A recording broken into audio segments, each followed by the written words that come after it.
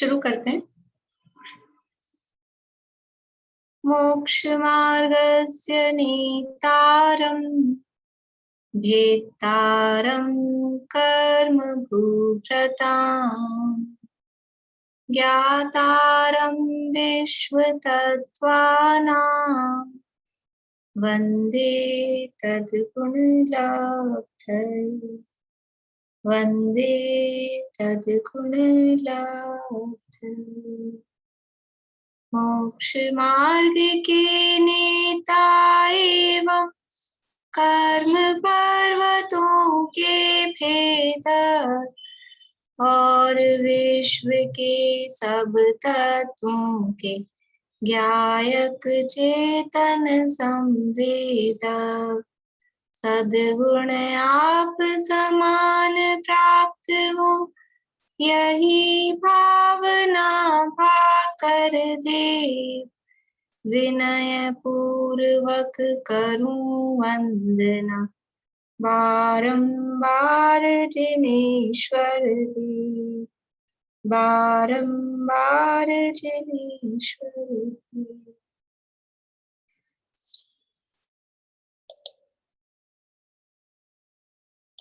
Sunita aunty क्या कह रही? सुनाने की कह रही, हमने सुनाया नहीं है। अच्छा चलिए सुनिए। 6वें अध्याय की चर्चा का आज अपना अंतिम सूत्र है। 27 नंबर का सूत्र है। कल तक हमने गोत्र कर्म के नीच गोत्र और उच्च गोत्र कर्म के आश्रय के कारणों की चर्चा कल तक हमने देखी थी। अब है अंतराय कर्म के आश्रय के कारण। अंतराय कर्म किसे कहते हैं? अंतराय कर्म किसे कहते हैं? मीना चाची। कि दूसरों के काम में कुछ बाधा उत्पन्न करते हैं तो उसको अंतराय कर्म कहते हैं। दूसरों के काम में बाधा उत्पन्न करने को अंतराय कर्म कहते हैं। दूसरों के कार्य में बाधा उत्पन्न करने को तो अंतराय, दूसरों के हमने बाधा डाली, वो कर्म किसका? दूसरे का है कि हमारा है? हमारा है। तो फिर वो बाधा तो दूसरे को डाल रहे हैं, तो हमारा अंतराय क्या हुआ? तो अब बंधेगा तो हमको ना।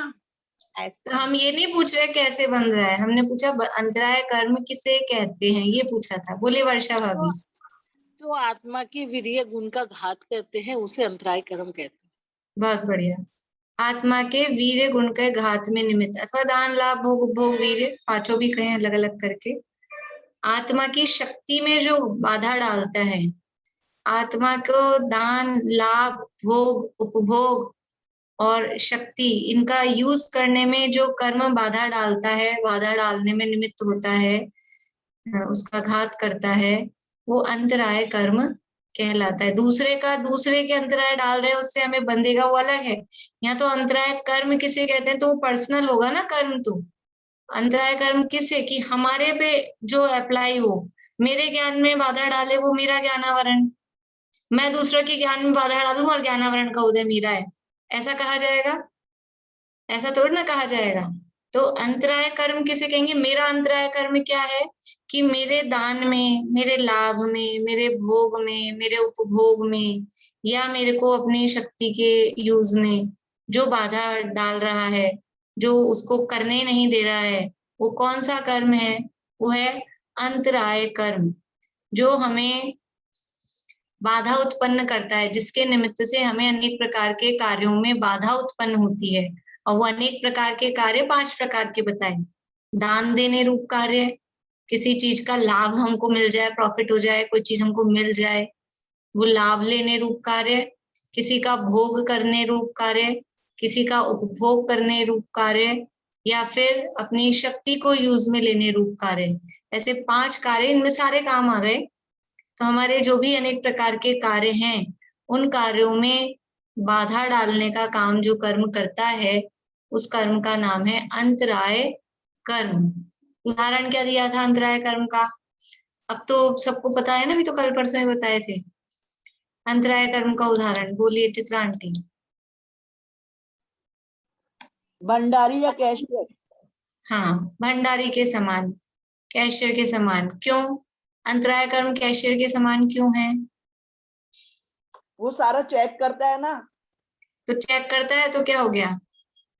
भाई किसी का नफा नुकसान वही बताएगा। वो बताएगा, वो ठीक है, लेकिन वो बाधा कहाँ डाल रहा है? बाधा डालता है क्या? वो डाल सकता है, कम कम ज्यादा कर सकता है वो कैशियर। कम ज्यादा तो नहीं, लेकिन बाधा ठीक है।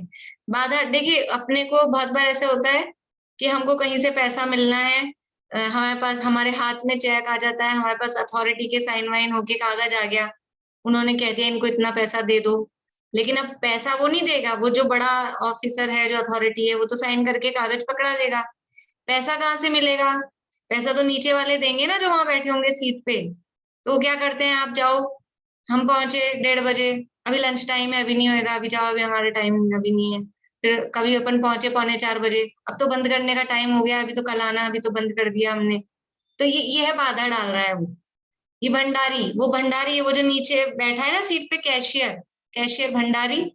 तो हमारे हाथ में चेक है, हमारे पास में सब है, हमको मिलना चाहिए। हम ऐसा नहीं ले रहे किसी का बेईमानी का, हम अपना ईमानदारी का ही लेना चाह रहे हैं, लेकिन फिर भी वो बाधा डालता है। तो ये तो पुराने जमाने का उदाहरण भंडारी शब्द दिया है, कि पहले राजा ने कह दिया इनको मेरी तरफ से 100 मोहरें सोने की इनाम में दी जाएं। तो राजा ने तो मुंह से बोल दिया, ऐसे थोड़ी ना वहां सोने की मोहरें पड़ी है और वो उठा के दे दी। अब वो लेने जाएगा, जो राजा का खजांची होता है उससे, तो वो खजांची ऐसे चक्कर लगवाता है लोगों को, देता है राजा, लेकिन देने में जोर आता है खजांची को, कि ऐसा लगता है कि ये तो लुटाता रहेगा। तो वो खजांची आसानी से देते नहीं है, वो चक्कर लगवाते हैं, फिर फॉर्मेलिटी पूरी कराते हैं। यहाँ अपने, वो तो राजा वाली तो पुराने जमाने की बात है। अभी आप लोगों को आइडिया होगा सबको, कोई भी काम जरा सा अपनी ही पैसा, अपनी ही चीज निकलानी हो, अरे अपन ने अपनी चीज किसी को दी हो ना, अपने जानकार को, अपने दोस्तों को, मित्रों को भी, उससे अपनी चीज लेने के लिए अपने को कई बार 3-4 चक्कर लगाने पड़ते हैं, एक बार में चीज वापस नहीं आती है। अरे हाँ, दे दूंगा ना, दे दूंगा ना, खा थोड़ी ना रहा हूं, ऐसा होता है कि नहीं?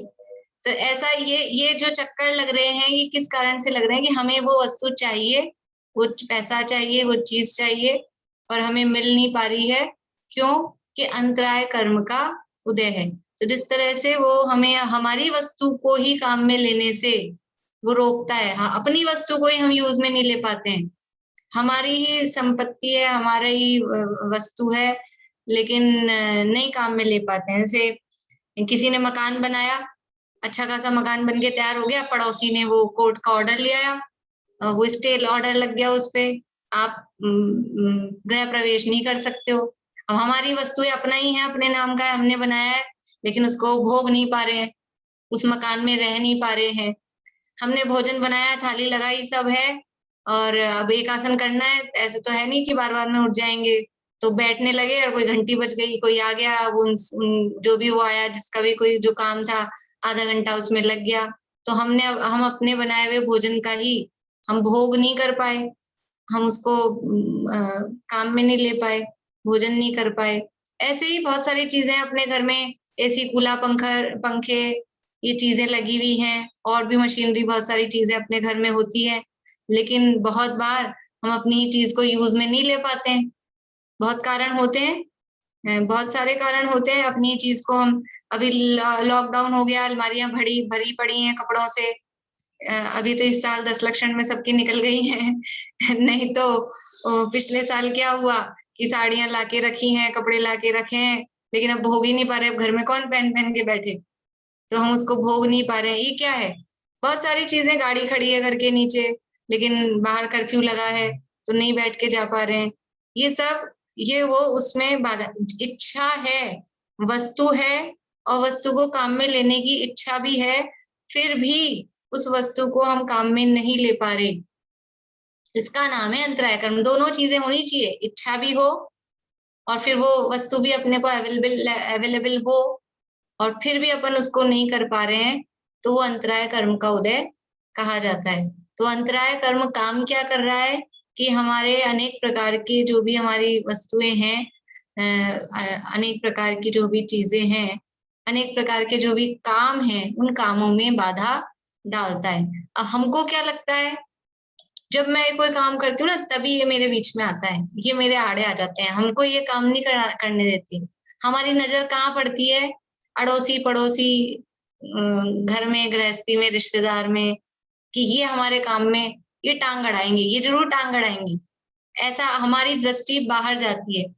लेकिन जो अपने काम हो रहे हैं, उन कामों में वो जो काम बाधा आ रही है, वो काम नहीं हो पा रहे हैं, उसका असली कारण कौन है? असली कारण क्या है? हमारे काम नहीं हो पा रहे हैं, हम काम करना चाह रहे हैं लेकिन हमारा काम नहीं हो पा रहा है। तो कौन कारण है? उसका कारण कोई अड़ोसी पड़ोसी, रिश्तेदार, वो उसका कारण नहीं है। वो तो उसमें उसका एक्चुअल में असली कारण तो है वो कर्म का उदय। और वो कर्म का उदय कभी अड़ोसी के रूप में, पड़ोसी के रूप में, रिश्तेदार के रूप में किसी को उपस्थित कर देता है। लेकिन वास्तव में वो तो नाच रहा है उसके कर्म के उदय के इशारे पे। हमारे कर्म का उदय क्योंकि ऐसा है ना, इसलिए वो हमको जो दूसरे व्यक्ति हैं वो बाधक दिखते हैं। वास्तव में कोई व्यक्ति या कोई वस्तु वो हमारे कार्य में बाधा पहुंचाने वाले नहीं है। हमारे कार्य में बाधा पहुंचाने वाले हम स्वयं ही हैं। हम स्वयं ही हैं। अभी तो आप कर्म का उदय कह रहे थे, अब आप अपने पे आ गए। ये वो कर्म बांधा किसने? वो जो कर्म उदय में आया, वो कर्म बांधा किसने था? किसने बांधा था? खुद ने ही बांधा था। स्वयं किए जो कर्म शुभाशुभ, कल सामायिक पाठ पढ़ा था ना अपन ने, प्रेम भाव वो सब्जियों में, बहुत अच्छा है उसका भाव। कितने लोगों को कितना ख्याल में आता है मुझे नहीं मालूम। अगर अपने को एक आध दिन मिलेगा, ये अध्याय पूरा हो जाएगा, तो मेरा विचार है उनका अर्थ कर लें। अपन पढ़ तो रहे हैं तो थोड़ा समझ में भी आ जाए।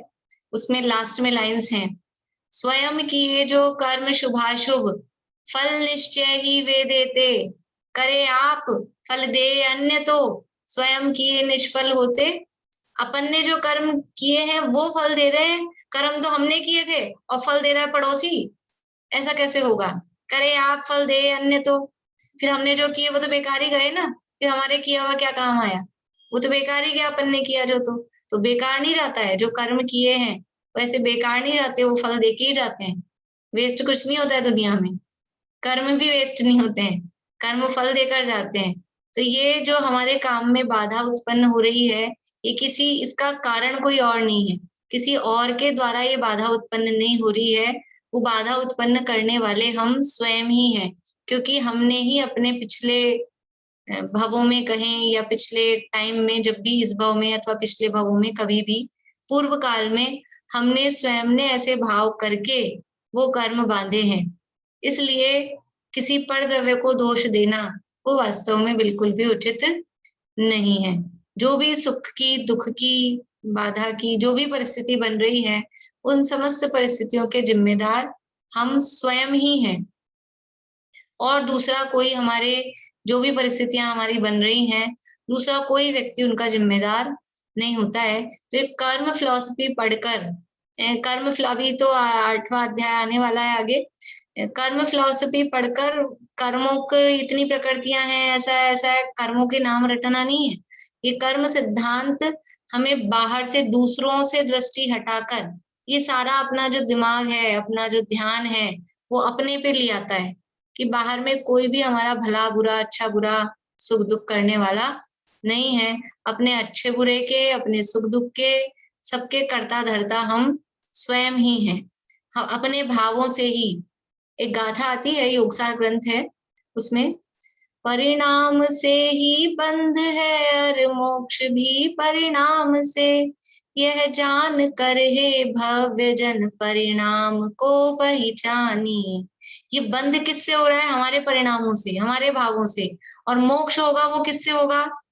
मोक्ष भी अपने परिणामों से होगा। कोई दूसरा आके हमको मुक्ति दिला दे ले जाएगा क्या?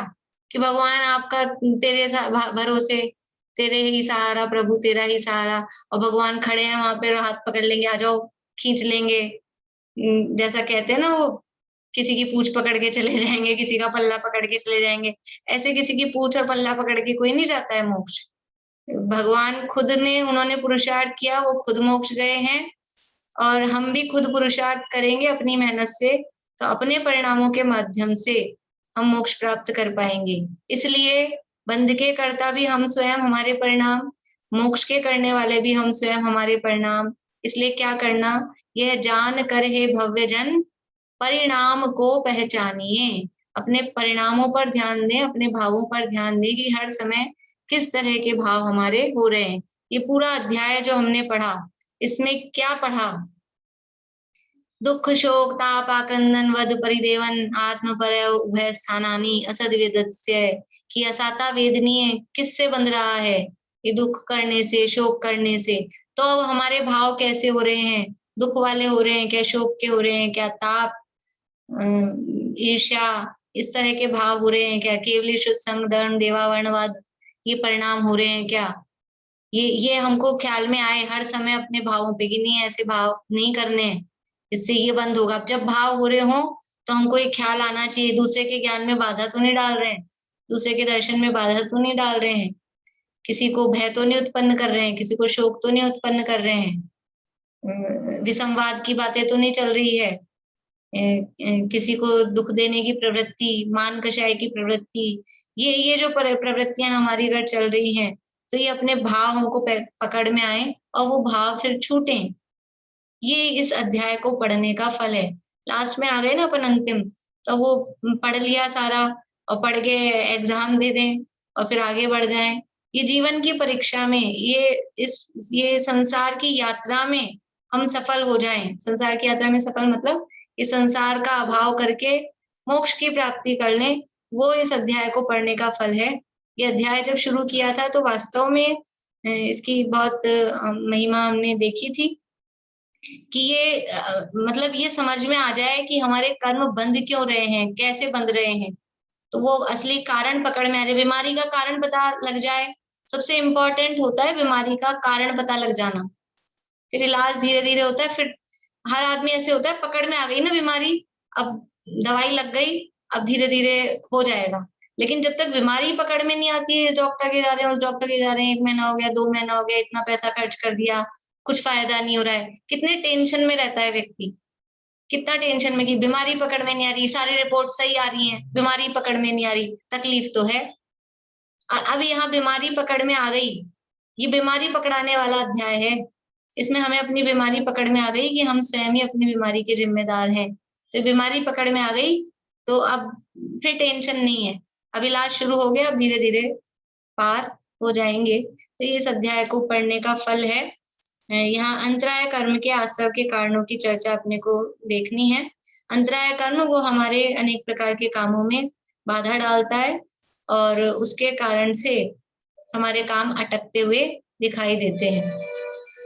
देखिए अब ये अंतराय कर्म बंध क्यों रहा है कि जो हमारे उदय में आके हमारे कामों में बाधा डालता है, उसके लिए यहाँ सूत्र कहते हैं, छोटा सा सूत्र है,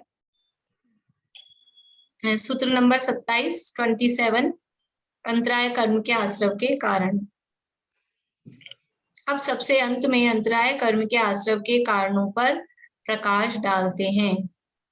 विघ्नकरण मंत्रायस्य, विघ्नकरण मंत्रायस्य, विघ्नकरण मंत्रायस्य, विघ्नकरण मंत्रायस्य।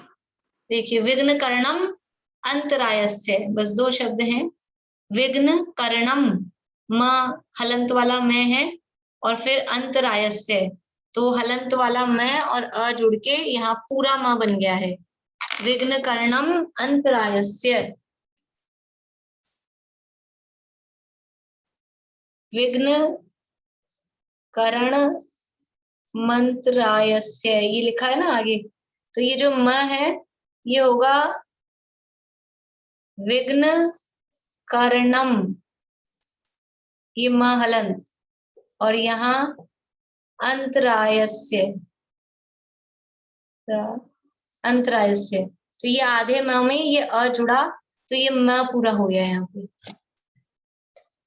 ठीक है, तो विघ्न कर्णम अंतरायस्य बोलेंगे कैसे, विघ्न कर्णम अंतरायस्य, और अगर इकट्ठा नहीं बोलता है तो विघ्न कर्णम अंतरायस्य, इतना सही सूत्र है। विघ्न करने वाला, विघ्न करने से अंतराय कर्म का आश्रव होता है। अर्थ क्या है, विघ्न कर्णम, विघ्न करने से, अंतरायस्य विघ्न करना वो अंतराय कर्म के आश्रव का कारण है। यानी कि अंतराय कर्म के उदय में क्या होता है? अंतराय कर्म के उदय में अपने कामों में विघ्न आता है। देखिए, ये तो अर्थ तो आपको समझ में आया? बोलिए। ये अंतरायस्य, यह आप मतलब मिस्टेक कर दी लिखने में क्या? कोई बात नहीं, वो जगह कम थी ना, फिर मैंने लिखा नहीं मिटान के, मुझे लगा समझ जाएंगे सब, इससे कोई खास बात नहीं है। बोलिए अंकल। ये इसीलिए नहीं लिखा क्या? ये नहीं, नहीं वो लिखा ये आपने? लिखना छूट गया, फिर मैंने सोचा कि अब मिटान के लिखूंगी, समझ जाएंगे सब आप लोग, इसलिए वहां जगह भी नहीं थी ज्यादा, ऐसा कोई इसलिए अंतराय यही आएगा, वो मेरे को दिख तो गया था, फिर मैंने सोचा मिटान के लिखूंगी, कोई बात नहीं, सब समझ जाएंगे। विघ्न करणम अंतरायस्य, विघ्न करने से अंतराय कर्म का आश्रव होता है। देखिए, अपन ने गोत्र कर्म के में और पीछे भी अपन ने दो चीजें अभी तक देखी हैं, एक बंध और एक उदय। यद्यपि तीन चीजें होती है, बंध, सत्ता और उदय। अभी अपन सत्ता की बात नहीं कर रहे, अभी अपन बंध की और उदय की। तो गोत्र कर्म का बंध कहाँ तक होता है ये हमने देखा था, कौन से गुण स्थान तक होता है, उंगलियों से बता दीजिए। गोत्र कर्म का, नीच गोत्र का बंध कौन से गुण स्थान तक होता है? समीक्षा, उदय पूछ रही हूँ, बंध पूछ रही हूँ। गोत्र कर्म का बंध, नीच गोत्र कर्म का बंध दूसरे गुण स्थान तक, और नीच गोत्र कर्म का उदय पांचवे गुण स्थान तक। ठीक है ना? तो ये बंध और उदय, ये दो चीजें अलग अलग है, ये चीज समझ में आ गई आपको? एक बंधना वो अलग चीज है, उदय में आना मतलब वो फल दे रहा है। ठीक है, बंध यानी वो बंधा, ये बंद हुआ, और उदय का मतलब है कि अब वो अपना काम कर रहा है, वो फल दे रहा है, ये कहलाता है उदय। तो ये अंतराय कर्म, यहाँ जो बताया विघ्न कर्णम अंतराय से, ये अंतराय कर्म का बंध क्यों होता है? तो ये कह रहे हैं कि विघ्न करने से अंतराय कर्म का बंध होता है, विघ्न करने से अंतराय कर्म का बंध होता है। आश्रव होता है, आश्रव कहो चाहे बंध कहो, एक ही बात है। अभी यहाँ पर विघ्न करने से अंतराय कर्म का आश्रव बंध होता है। किसको विघ्न करने से? दूसरों के काम में विघ्न करने से। लेकिन ये जब अंतराय का उदय आता है, तो उदय किस रूप में आता है? जो अभी अपन ने पहले जो अभी बात की ना, इतनी देर तक शुरू से लेके अभी तक, वो की थी हमने उदय की बात, कि अंतराय कर्म का उदय कैसे, किस रूप में आता है? कि अंतराय कर्म का उदय भी विघ्न के रूप में ही आता है, लेकिन वो विघ्न किसको होता है? वो विघ्न अपने को होता है। समझ में आ रही बात? दूसरों को विघ्न डालने से, दूसरे को विघ्न डाला तो अपने अंतराय कर्म का बंध हुआ, दूसरे को विघ्न डाला तो अपने अंतराय कर्म का बंध हुआ। ठीक है? और जब वो अपने अंतराय कर्म का उदय आता है, अपने अंतराय कर्म का उदय आता है, तो फिर अपने ही कामों में विघ्न होता है। देखो, मैं फिर से मैं धीरे धीरे बोल रही हूँ, वाक्य आप लोग समझ पा रहे हैं कि नहीं? दूसरे को विघ्न डालने से, दूसरे के कामों में विघ्न डालने से अपने अंतराय कर्म का बंध होता है। ठीक है, ये बंद हो गया। अब अपने अंतराय कर्म का उदय आया तो क्या होगा? दूसरे को विघ्न तोड़ी ना जाएगा, अपने अंतराय कर्म का उदय आएगा तो अपने ही कामों में विघ्न होता है। समझ में आ रही कि नहीं? पता नहीं कितने लोगों को भाव समझ में आ रहा है। आयुषी जी, समझ में आया? तो ये बंध कब हुआ? बंध तो हुआ हमने दूसरे के विघ्न डाला, लेकिन ये उसका फल क्या, रिजल्ट क्या आ रहा है? रिजल्ट ये आ रहा है कि अपने ही वो होने वाला है, रिजल्ट में अपने को मिलने वाला है। इसलिए कहते हैं जैसी करनी वैसी भरनी, दुनिया में चलती है कहावत, जैसी करनी वैसी भरनी। आपने दूसरे के में विघ्न डाला है, अब आप विघ्न भुगतोगे। जैसा कर्म करेंगे, जैसे अपन ने चारित्र मोह के आश्रव के कारणों में देखे थे, दूसरे को डर उत्पन्न कराना वो खुद के भय कषाय के आश्रव का कारण है, दूसरे को शोक उत्पन्न कराना वो अपने शोक के आश्रव का कारण है। ऐसे ही यहाँ दूसरे के काम में विघ्न डालना वो अपने विघ्न उत्पन्न कराने का कारण बनता है। ठीक है? तो कभी भी किसी के भी, दूसरों के किसी भी काम में हम बाधा न डालें, डालने का भाव नहीं रखें, बाधक न बने ऐसी भावना रखें। बाधक बन जाते हैं, कभी चालाके बनते हैं, कभी अनजाने में बनते हैं, तो कम से कम चालाके जानबूझकर तो नहीं बने, और अनजाने में भी न बने, भावना ऐसी रखें। और अनजाने में बन गए हो तो उसके लिए हम प्रायश्चित, प्रतिक्रमण आदि करते हैं। देखिए यहाँ से पढ़ते हैं सूत्र 27, विघ्न करणम अंतरायस्य, अर्थात विघ्न डालने से अंतराय होता है। किस किस में विघ्न डालना, तो यहाँ बताया दान, लाभ, भोग, उपभोग और वीर्य में विघ्न डालने से अंतराय कर्म का आश्रव होता है। अंतराय कर्म 5 प्रकार का है। 5 प्रकार का अंतराय कर्म है। कौन कौन सा 5 प्रकार का अंतराय कर्म है? बोलिए कुसुम जी अजमेरा। दान, लाभ, भोग, उपयोग, वीर्य। ठीक है, बढ़िया। इसके साथ अंतराय शब्द लगा के बोलना है। बोलिए मधु भाभी।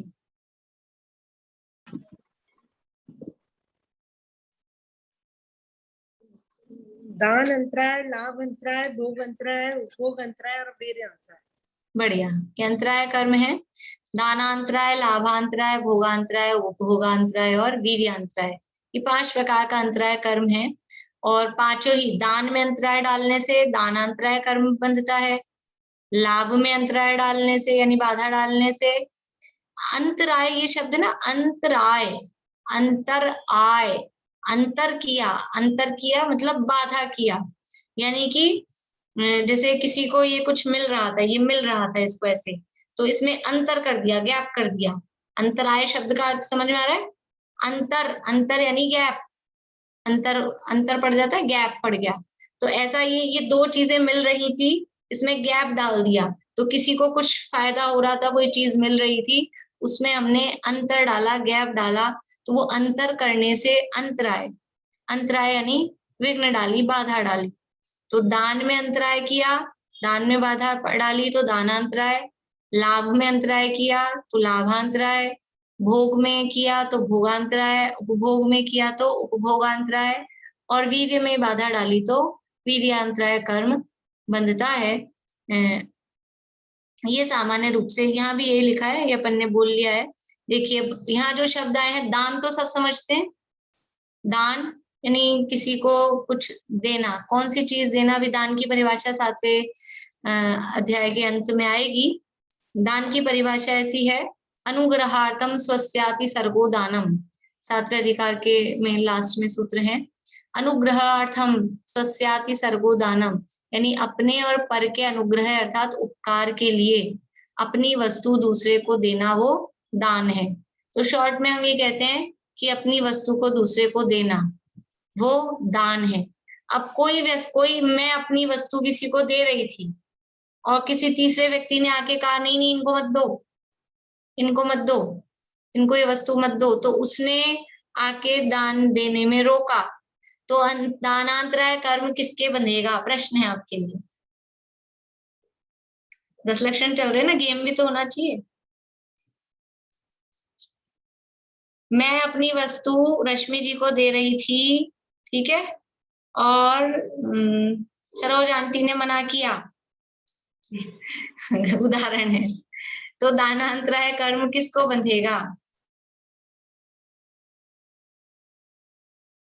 बोले रेखा जी। सरोज आंटी को। बढ़िया, जो रोक रहा है। हाँ रश्मि जी आप क्या कह रहे हैं? मैं ये कह रही थी जो रोक रहा है उसको ही बंधेगा। ठीक है, बढ़िया। तो यानी जो दे रहा है, जो ले रहा है उसको कोई मतलब नहीं, लेकिन जो रोक रहा है उसको दानांतराय कर्म बंधेगा। और वो रोकने वाला कोई भी हो सकता है, तो इसलिए कभी भी किसी को कोई जो दान दे रहा है उसको दान देने वाले को रोकना नहीं चाहिए। पर ये बात जरूर है कि कहीं कोई गलत जगह दे रहा है, गलत काम में दे रहा है, तो उसको रोकना, सावधान करना वो एक अलग मैटर है। वहां दानांतराय आपको लग रहा है कि बंधेगा तो सही, लेकिन आप गलत काम से उसको रोक रहे हैं तो उसमें पुण्य ज्यादा होगा, यानी अपने को फायदा ज्यादा है। तो जहाँ ऐसी बात है कि कोई कोई ऐसा चीज, गलत चीज दान दे रहा है, गलत व्यक्ति को दान दे रहा है, तो ऐसा काम नहीं।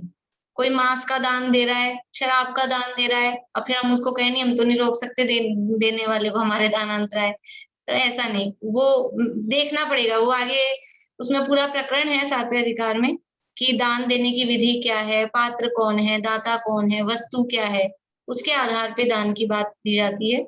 लेकिन सामान्य रूप से जो कोई अच्छे काम में किसी को कुछ दे रहा है और उसमें अपनी किसी भी कषायवश होकर रोकना, ईर्ष्या के वश होकर या कुछ और मान आदि के वश होकर, तो उसको दानांतराय कहा जाता है। बोलिए चित्रा आंटी, कुछ कह रहे हैं आप? नहीं, मैं तो ये बताने के लिए करा था। ठीक। जैसे में एक कहानी आती है अपने, ये जो ये थे ना कृष्ण के, कंस कंस कंस और उग्रसेन के पूर्व भवों में इस तरह की कहानी आती है। कुछ आप पूछ रहे हैं रेणु जी? मैं यूं पूछ रही थी, जैसे मैं कभी अभी रोटीज पे है, बाद में भी कभी सर्वेंट को या किसी को अपन देते हैं रुपए, तो मैं उसको बोल देती हूँ ऐसे ही कि तो गुटखा या ये नहीं खाएगा मेरे पैसे से, तो ये गलत है या सही है? जैसे नहीं, सही है, बिल्कुल सही है, बिल्कुल सही है। और यदि हमको लगता है कि वो भाई ये, अब आजकल क्या है कि वही सरल लगता है रुपया देना ही, नहीं तो हमको लगता है कि उसके कुछ काम की वस्तु है, पर वैसे भी हम सैलरी में भी रुपए ही देते हैं, तो उनको सैलरी की बात अलग है, पर हाँ, जैसे ऊपर से अपन को इनाम के रूप में वैसे, मतलब त्योहार पे जो अपन देते हैं तो बर्थडे रुपए पे दे देते हैं। दें, त्योहार पे दें, तो मैं बोल देती हूँ उसको गुटखा नहीं खाएगा। और अच्छी बात है, बिल्कुल बोलना चाहिए, उसको सावधान कर देना चाहिए कि हमारे पैसों से ये काम मत करना, तो उसको लगे कि हाँ ये चीज गलत है, तो आपके मतलब थोड़ा डरेगा, वो नहीं करेगा, अच्छी बात है। तो ये मैं आपको कहानी बता रही थी। बोलिए शशि जी। जैसे जो दान देने में जिसने अंतराय करा उसको तो अंतराय कर्म बंधाई, और जो दान दे रहा था वो रुक गया, उसको कोई आश्रम नहीं होगा? उसको उसके उदय है, देखिए इसलिए अलग अलग है। उसके तो बंधा, जिसने रोका उसके तो बंधा, और जो नहीं दे पाया उसके दानांतराय का उदय है कि वो दान नहीं दे पाया। जिसने रोका है उसके तो दानांतराय बंधा है, जो दान नहीं दे पाया उसके दानांतराय का उदय है, और जो ले रहा था, जिसको मिलने वाले था, उसके क्या हुआ? उसके भी अंतराय का, उसके भी अंतराय, उसके लाभांतराय का उदय है, उसको लाभ नहीं हो पाया ना, वो वस्तु उसको मिलने वाली थी। सबके, लेकिन एक के बंध है, दो के उदय है। उदय, अच्छा। तो अब अपन इकट्ठी तीनों की बात हो गई। अभी अपन केवल जैसे बंध की बात करेंगे तो बंध वाले को देखेंगे, उदय तो सबके हैं ही हैं कुछ ना कुछ, तो अलग अलग है। अभी अपन केवल दान की बात कर रहे हैं, फिर लाभ की करेंगे।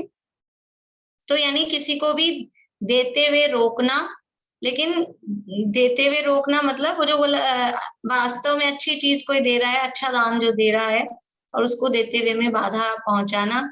या कोई दे रहा था, किसी ने कहा 10,000 रुपए, अब घर में ऐसा होता है ना कि किसी ने कहा 10,000 रुपए अपन देंगे मंदिर में दान में, तो फिर कोई दूसरा बोलता है 10 की क्या जरूरत है, 5 ही बहुत है, सब तो 1,000 ही दे रहे हैं, अपन 10 दे रहे हैं।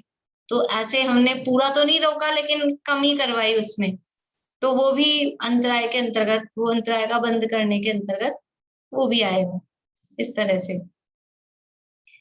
तो ये दान हुआ, देने में अंतराय डालना। फिर लाभ, लाभ का मतलब होता है प्राप्ति, कि किसी के लाभ में अंतराय डाला। तो अब जैसे वो उसको दोनों तरह से, ये जो जिसने रोका ना, जिस व्यक्ति ने रोका, एक व्यक्ति दे रहा था, दूसरा व्यक्ति ले रहा था, और इसने रोका, तो इधर से इसको दानांतराय, इसको अगर भटका रहा है देने वाले को, तो इसको दानांतराय का बंध होगा।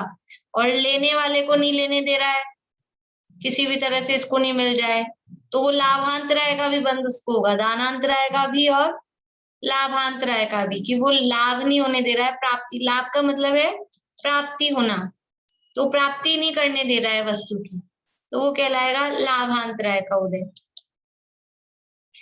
फिर है भोग। भोग किसे कहते हैं? बोले पारुल। एक ही वस्तु को बार बार प्रयोग में लेना, प्रयोग में नहीं, नहीं, एक बोले वस्तु रे। की एक ही बार होगा वो भोग होगा और ये हाँ। उपभोग होगा। ठीक है, चलिए। किसी वस्तु को एक बार यूज में लिया और बस वो दोबारा रीयूज में नहीं आएगी, वो काम नहीं आएगी। जैसे कि रसगुल्ला हमने खाया, खा के खत्म। ऐसा थोड़ा ना एक ही रसगुल्ले को आज भी खा लिया और एक ही उसी रसगुल्ले को कल भी खा लें, और बच गए हैं वो कल खाएंगे, वो अलग बात है। लेकिन एक ही रसगुल्ला आज खा लिया जो, उसको कल खा सकते हैं? नहीं खा सकते। जो वस्तु एक बार काम में ली जाती है, एक बार भोगने में आती है, एक बार भोग के वो नष्ट हो जाती है, जिसे कहते हैं अपन यूज एंड थ्रो, डिस्पोजेबल जो चीजें होती है। एक बार आपने पत्तल में उसमें खाना लिया, अब उसके बाद में वो डस्टबिन में, वो दोबारा मंच के काम में आती है? वो मंजती नहीं है, वो सब डिस्पोजेबल होती है। तो वो वस्तुएं कहलाती है भोग की वस्तुएं। और जो वस्तुएं बार बार में काम आती हैं, एक साड़ी कल भी पहनी थी, फिर आज भी पहनी है, वही गाड़ी है, उसमें कल भी बैठे थे, आज भी बैठे हैं, सुबह भी बैठे थे, शाम को भी बैठे हैं, वही घर है, 25 साल से उसी में रह रहे हैं, 40 साल से उसी में रह रहे हैं, वही पंखा है, वही और भी सारे फर्नीचर हैं, सब वही हैं। तो ये वस्तुएं क्या कहलाती हैं? ये कहलाती हैं उपभोग की वस्तुएं। जो वस्तुएं बार बार में काम में आए वो उपभोग। जैसे बर्तन हैं, जो अपने स्टील के या चांदी के, जैसे भी जिसके जो बर्तन हो, वो हमारे बार बार में काम में आते हैं, तो वो कहलाती हैं उपभोग की वस्तुएं।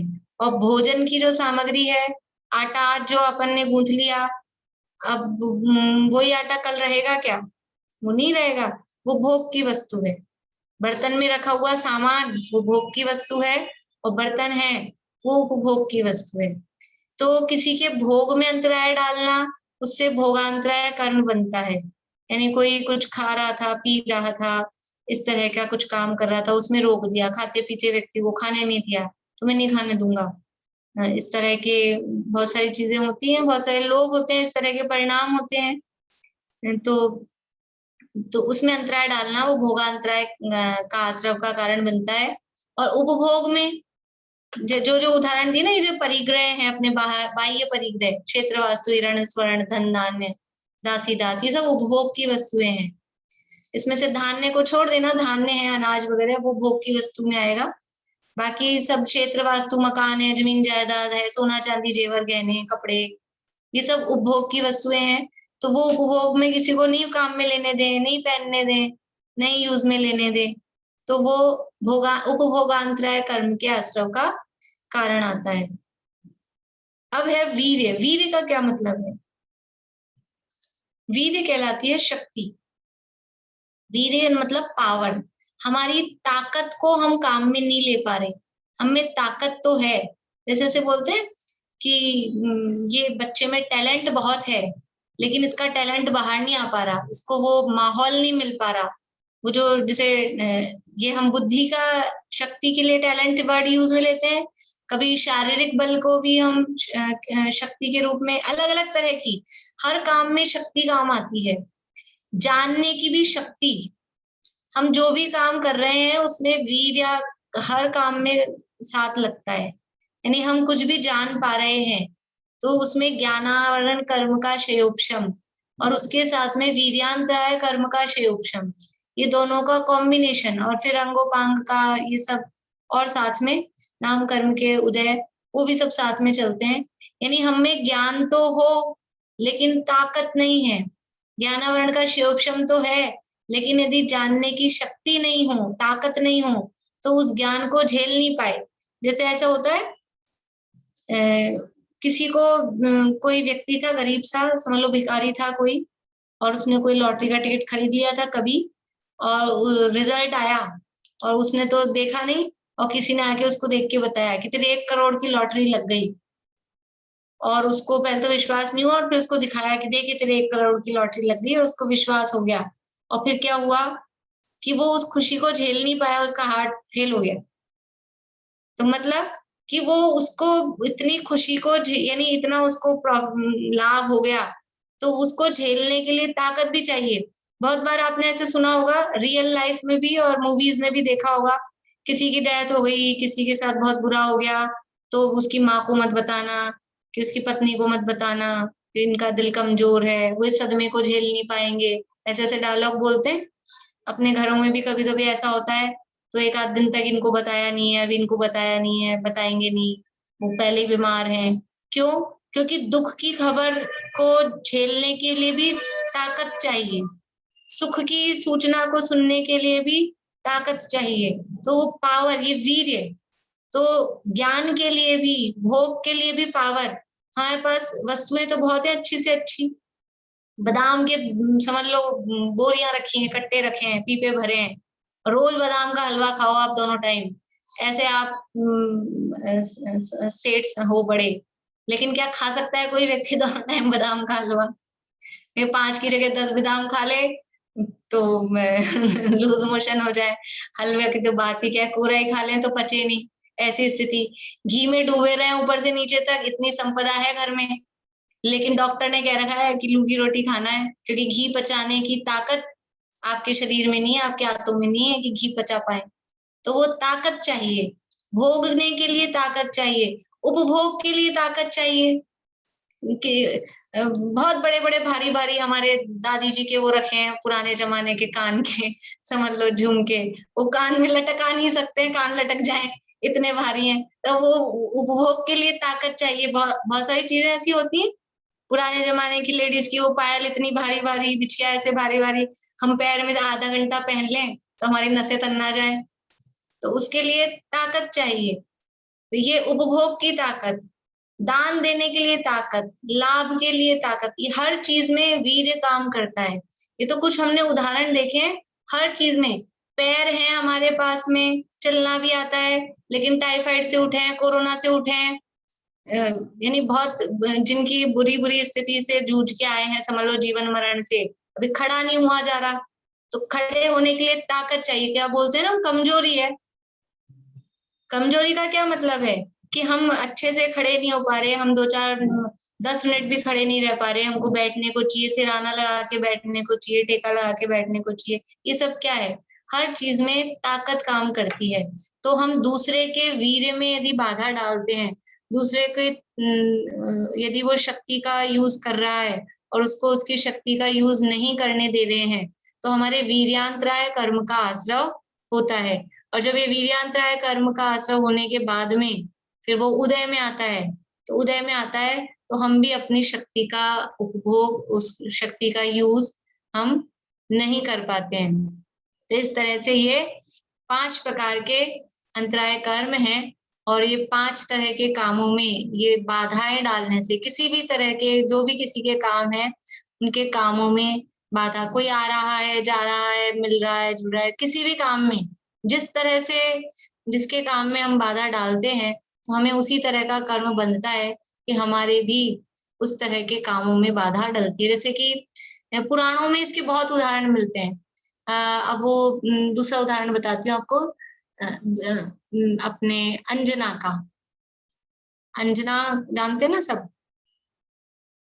हनुमान की माता जी, हनुमान को तो जानते हैं सब, उनकी माता जी अंजना, उन्होंने पिछले भाव में 22 सेकंड के लिए कि 22 मिनट के लिए, ऐसे दोनों तरह के कथन आते हैं, अपनी देवरानी की जेठानी जो भी थी, उनको प्रतिमा का दर्शन, भगवान के दर्शन करने से वंचित किया, रोका, भगवान के दर्शन नहीं करने दिए। तो अब उनको क्या बंधा? दर्शन नहीं करने दिए ना, तो अंतराय कर्म बंधा। और वो कैसा अंतराय कर्म बंधा, किस तरह से उदय में आया कि 22 साल तक उनके पति ने उनके दर्शन नहीं किए, उनका मुख नहीं देखा।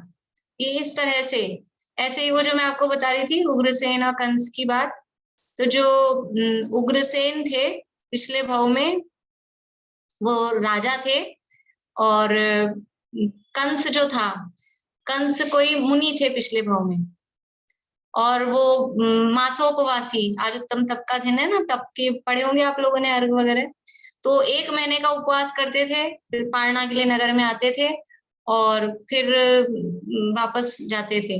तो 1 महीने के उपवास ही बहुत मतलब तपस्वी मुनिराज थे। तो वो जो राजा था, उस राजा ने कहा कि पूरे नगर में घोषणा करा दी कि 1 महीने बाद ये मुनिराज आहार के लिए आने वाले हैं, तो इनको मैं ही आहार दूंगा, मैं ही इसका लाभ फल लूंगा, तो कोई भी आप उनको पड़गान मत करना, तो वो बस मैं ही पड़गान करूंगा तो मेरे घर आ जाएंगे महल में। ऐसे उसने घोषणा करा दी। अब राजा की आज्ञा, तो कौन आहार दे सकता है। मुनिराज आए नगर में आहार के लिए, और वो राजा किसी काम में बिजी हो गया, तो किसी और ने भी पड़गाहन नहीं किया, क्योंकि राजा ने मना किया था, और राजा ने भी पड़गाहन नहीं किया। फिर मुनिराज वापस चले गए। अब फिर उनको, वो तो 1 महीने के वापस से उपवास करने थे, फिर 1 महीने के उपवास किए, फिर दूसरे महीने आए नगर में आहार के लिए, और वही राजा की घोषणा। और उस दिन भी ऐसा ही हुआ बाई चांस, फिर राजा बिजी हो गया किसी काम में और आहार नहीं दिया। फिर बिना आहार लिए मुनिराज वापस चले गए। फिर तीसरे महीने मुनिराज वापस आए आहार के लिए, और फिर वही हुआ, राजा किसी काम में बिजी हो गया, किसी ने भी आहार नहीं दिया। तो जब मुनिराज वापस जा रहे थे, तो 2 लोगों ने आपस में खुसुर फुसुर करते हुए, 2 लोगों को मुनिराज ने सुन लिया। क्या कि राजा कितना निर्दयी है, ना तो हमको आहार देने देता है, ना खुद आहार देता है। 3 महीने से मुनिराज ऐसे ही वापस जा रहे हैं, और मुनिराज के कानों में ये बात पड़ गई, और उनके परिणाम बिगड़ गए। अभी देखो, मुनि होने के बाद भी ये परिणामों को संभालने की कितनी जरूरत है। हम मुनि हो गए और हम तो फ्री, ऐसा नहीं है। मुनि होने के बाद भी परिणाम बिगड़ जाते हैं, बिगड़ सकते हैं। तो वो परिणाम बिगड़ गए उनके, कि ये राजा की है ये सारी चालबाजी, अब अगले भाव में मैं भी इससे बदला लूंगा, ऐसा कुछ भी इस तरह के परिणाम उन्होंने कर लिए, और ऐसा निदान बंद किया, इस तरह का खोटा बंद किया। और अगले भाव में वो तो राजा बने उग्रसेन, वो जो राजा था वो राजा उग्रसेन बने, और वो जो मुनिराज थे वो कंस उन्हीं का बेटा बना। कहानी पता होगी थोड़ी बहुत आप लोगों को। फिर वो कंस ने अपने ही पिताजी को बंदी बना लिया, उग्रसेन राजा को। ऐसी पढ़नी चाहिए कहानियां थोड़ी थोड़ी। ये तो महाभारत की कहानी है, फेमस सी है कृष्ण के जीवन की। तो मतलब उसने ये इस तरह से वो अंतराय डाला ना, मुनिराज के आहार में अंतराय डाला कि कोई और दूसरा आप मत देना आहार। तो मुनिराज के अंतराय डाला, तो अब उसका फल कि वो अगले भाव में फिर वो इस तरह से फल भुगतना पड़ता है। तो इस तरह से और भी अनेक अनेक कहानियां मिलती हैं जब भी पुराण पढ़ें। कि हमने देखो, अपन पहले सिद्धांत पढ़ लेते हैं, अध्यात्म पढ़ लेते हैं। अध्यात्म और सिद्धांत पढ़ने के बाद में फिर प्रथमानुयोग पढ़ो, बहुत अच्छा लगता है। फिर कर्णानुयोग पढ़ो, बहुत अच्छा लगता है। अभी आप लोगों ने ये पढ़ लिया है, तो कभी कभी थोड़ी थोड़ी कुछ कुछ कहानियां अपने आप से, क्योंकि कहानियों के लिए क्लास की जरूरत नहीं होती, वो अपने आप से पढ़ें तो अपने को उसमें से वो सिद्धांत, वो अध्यात्म, वो समझ में आएगा। खुशी होती है, आनंद आता है कि ये ऐसा कर्म करने से ऐसा फल मिला, ऐसा समझ में आता है। पर मुनिराज की भी तो वो कर्म उदय में आया ना, आया ना मुनिराज के। हाँ, मुनिराज के तो वो तो आएगा ही। वो तो अभी तो अपने को जो बताना है बात उतनी बता के मैंने छोड़ दी, टाइम हो गया हाँ। इसलिए भाई राजा के तो बंद हुआ और उनके उदय में आया। हाँ, ठीक है। बोलिए चित्रांटी। ये अपन जनरल में, जैसे अभी कोरोना में था, अभी भूखे रह सकते हैं अपन, अपने में शक्ति है, पर वो कहते हैं ना भूखे मत रहो, चाय ले लो, एक टाइम खाओ, ऐसे। और अपन बच्चों को भी टोकते हैं, तो ये अभी तो मोह के कारण टोकते हैं ना वास्तव में। तो भाई अभी यदि कोई उपवास कर रहा है, कोई एकासन कर रहा है, और हम मोह में पड़ के कि नहीं नहीं तुम्हारी तबीयत खराब हो जाएगी, तुम मत करो। है ना, कोरोना में भूखे मत रहो। हाँ, तो वो बीमारी, देखो जैसे बीमारी की अवस्था है, ऐसा है, और उससे उसके तकलीफ बढ़ जाती है, उसके परिणाम भी बिगड़ जाते हैं। तो वो वही है ना, जैसे 2 काम है, अब दोनों में से नुकसान हमको ज्यादा किस में होगा, वो बात है। तो वो बाद में बहुत समस्या दे। अभी तो आप कर लोगे उपवास एकासन, और फिर बाद में आपको बहुत समस्या हो जाए, तो इसलिए पहले सावधानी चेताया जाता है कि भाई देख लो आप अपनी जैसी भी परिस्थिति है, तकलीफ नहीं बढ़ जाए। पर लेकिन शक्ति फिर सकते हैं, अपने में शक्ति है, पर अपन कर नहीं रहे उस चीज को। शक्ति है वो बीमारी, कोरोना में कहा जाता है भूखे मत रहो, यही है कि फिर वो बीमारी बढ़ नहीं जाए। लेकिन जैसा जिसके भाव हो, जिसके जो भाव उग्र हो रहे हो, वो अंदर से विल पावर से भी स्ट्रांग होता है ना आदमी, जिसे हम विल पावर बोलते हैं, वो शक्ति। तो विल पावर से स्ट्रांग है तो वो कर लेता है वो काम। तो देख लेना चाहिए कि किसकी विल पावर किस तरह की है, उसके अनुसार। लेकिन किसी की भावनाओं को हम चला के, जैसे किसी की कमजोर भावनाएं होती है थोड़ा सा, फिर हम कह देते हैं तो वो भी ढीला हो जाता है कि हाँ ठीक है, नहीं करता, रहने दो, ऐसा। तो कोशिश तो यही करें कि यदि किसी ने कोई भावना रखी है तो उसका साथ दें, उसको सपोर्ट करें। उसकी अनुमोदना करें धार्मिक भावनाओं के संदर्भ में, धार्मिक कोई भी त्याग तपस्या आदि के बारे में वो सपोर्ट करना चाहिए। ये धूप दशमी का उपवास भी करना चाहिए कि नहीं, ये भी बता दो। अब ये सबकी अपनी अपनी है, मेरे को एक्चुअल में ये कहानियां ज्यादा पता भी नहीं है, आपने उस दिन भी पूछी थी। हाँ, ये वाली कहानियां ज्यादा देखिए बात वही है, थोड़ा बहुत तो मुझे मतलब जो उसकी कहानी में वो आता है वो दुर्गंधा और सुगंधा की कुछ इस तरह की कहानी है। तो यदि हम इस उद्देश्य से कर रहे हैं कि हमारा शरीर सुगंधित हो जाए और ऐसा भावना हमको है, तो वो भावना बिल्कुल वो लौकिक प्रयोजन से, सांसारिक प्रयोजन से करने योग्य, वो पाप भाव है वास्तव में। उसमें पुण्य भी नहीं मिलेगा, धर्म तो है ही नहीं, पुण्य भी नहीं होगा, वो पाप भाव है।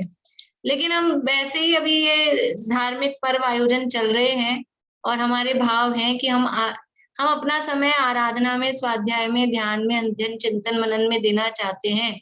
और ऐसे तो रसोई से छुट्टी मिलती नहीं है, उपवास करेंगे तो रसोई से छुट्टी मिलेगी और हम अपना आराधना कर सकेंगे। तो इस परिणाम से हम करते हैं और फिर साथ में शारीरिक और हमारे परिणाम, हमारा शरीर भी अत्यंत एकदम ऐसा शिथिल नहीं हो जाए और हमारे परिणाम भी नहीं बिगड़े, क्योंकि दिन भर तो निकल जाता है, फिर रात में जाके या अगले दिन सुबह जाके यदि परिणाम बिगड़ते हैं तो वो अपने परिणामों को, अपनी शारीरिक स्थिति को देखकर ही कोई भी इस तरह का तप करना चाहिए। एक आसन है, अनशन है, उपवास वगैरह, हमारी शारीरिक स्थिति भी और अपने परिणाम भी नहीं बिगड़े। लेकिन इतना सुन के भी ठीक है, ये आपने कह दिया तो अब आप कुछ ना करें, ऐसा भी नहीं। अंदर से विल पावर स्ट्रांग रखें, कोशिश करें, अभ्यास करें, अपने आप को जांचें, चेक करें कि हम कर सकते हैं कि नहीं, थोड़ा थोड़ा कुछ नियम लेके, और भावना तो अवश्य रखें कि हम भी इस तरह के तप आदि कर सकें। चलिए अपना समय हो गया है आज का, यही पूरा करते हैं। बोलिए पारुल। भाभी आज के नियम के बारे में पूछना था, आपने व्हाट्सएप पे रोक लगा दी पर उसमें तो सब कुछ उसी में तो स्टोरी इसलिए पूरा बंद नहीं किया ना। नहीं मतलब धर्म का, जैसे कहानियां उसमें, मेरी भावना उसमें। व्हाट्सएप पे क्यों खोलते हो आप? व्हाट्सएप पे क्यों खोलते हो आप? अपने उसमें खोलो ना, लिंक फाइल तो मैनेजर। फाइल मैनेजर में मिलती है सब डाउनलोड, जो भी चीज हो जाती है वो सब फाइल मैनेजर में जाके मिलती है। आपके पीडीएफ का वो फोल्डर अलग होता है, यूट्यूब डॉक्यूमेंट्स। वाले जो होते हैं उनका लिंक तो उसी पे होता है ना। यूट्यूब का लिंक तो यूट्यूब के चैनल से खोलो ना डायरेक्ट। यूट्यूब के सबके चैनल के नाम याद नहीं हुए अभी तक आपको? जो आपको सुनना है उसका चैनल खोलो डायरेक्ट। और अगर आपको ऐसा लगता है तो उसको आप छोड़ दो। उसके अलावा अपन यूं जो बिना बात ही व्हाट्सएप देखते हैं, चलो आपको धार्मिक जो भी देखना है उसके लिंक देखने उसके लिए खोला है, तो वो उसको काउंट मत करो। उसके अलावा फालतू के मैसेज देखने के लिए हम खोलते हैं, वो उसकी बात समझ लो। बाकी यूट्यूब भी बिना मैसेज, अपन रोज जो यूट्यूब चलाते हैं चैनल, आप यूट्यूब डायरेक्ट खोलो तो आप जो चैनल चलाते हो वो तो सबसे ऊपर आ ही जाएंगे पहले, तो वो चैनल के नाम याद हो जाते हैं, फिर अपने को लिंक नहीं क्लिक करनी पड़ती। वो तो चैनल आपका डॉक्टर संजीव गोदा है या आपको पीटीएसटी खोलना है या प्रवीण जी का खोलना है, वो उसी नाम से आ जाते हैं चैनल जो भी है। कैसे, चलिए किसी को कठिन लगते हो नियम तो क्षमा चाहती हूँ, बाकी आप अपने हिसाब से उसको कर सकते हैं। किसी को लगता है हमको 5 बार देखना पड़ेगा तो 5 बार कर लें, लेकिन 5 बार का भी फिर 5 गिनती का ध्यान रखें। फिर 5 करके 10 बार कर लेंगे तो गलत है। जितनी भी बार का आपको लेना है उस हिसाब से लें, लेकिन कुछ तो लिमिट बनेगी, कुछ तो कंट्रोल होगा। नहीं तो आप क्षमा क्यों मांगते हैं? उल्टा हमें तो अच्छा है ना, अवेयरनेस आ रही है कि ये सब होना चाहिए धीरे धीरे। यही सब के लिए तो ये 10 दिन का चलता है। और देखिए सब तरह के सब तरह के क्षमा हमें मांगनी कि हम आपके अनुसार कितना कर पाते नहीं कर पाते। चलिए बोलिए। ये तो नियम बहुत अच्छा लग रहा है आपने दिए। चलिए धन्यवाद। जिनवाणी स्तुति।